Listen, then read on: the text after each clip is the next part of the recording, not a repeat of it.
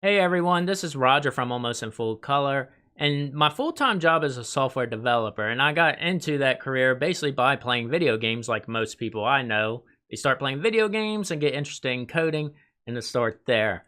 But if you want to be a developer, how can I do this while playing video games?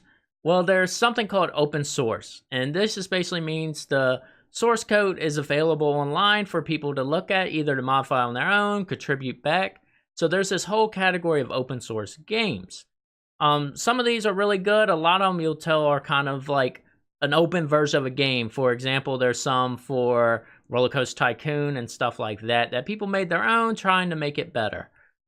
So today I want to highlight one of these games, and this is called Open Syobon Action.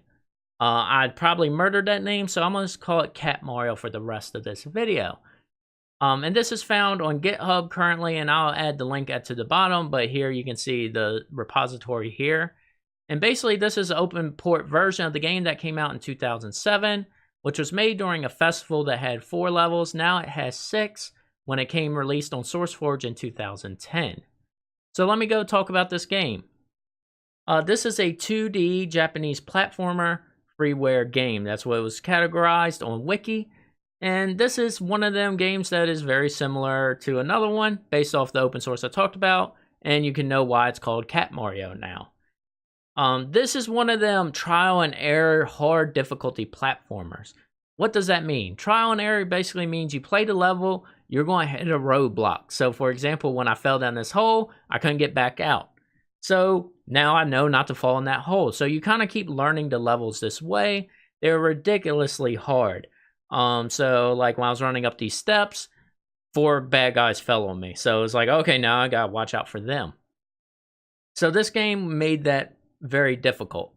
So while playing it, there's also mushrooms you can grab, but different than Mario, when you grab these, you end up falling and killing yourself. So it's learning what's good, what's bad, and so on. And this game actually had positive reviews. It was actually, when it was made open source, it was added to various consoles somehow. The Dreamcast able to port it over there, and through some of the homebrew techniques, they were allowed to get it on the Nintendo Wii. So it was interesting on the development of this, but overall this was noted to be positive and one of them awfully frustrating games. If you played Trap Adventure on the cell phone, along the same lines completely. Some of my favorite puzzles here was the first level was when you go to actually beat the level by hitting the flagpole.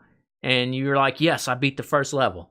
No, bad guy comes kill you. So you have to figure out a way to trigger the end of the level without doing it too early. So this involved jumping over the flagpole to trigger the bad guy falling, and then going back and grabbing the pole. So this was like some of the stuff I kind of liked. I also like this guy here on the second level. I do apologize, I could not beat the second level for some reason. So I only made it to around this part, but I like this boss here was you had to use, remember the mushroom I talked about earlier?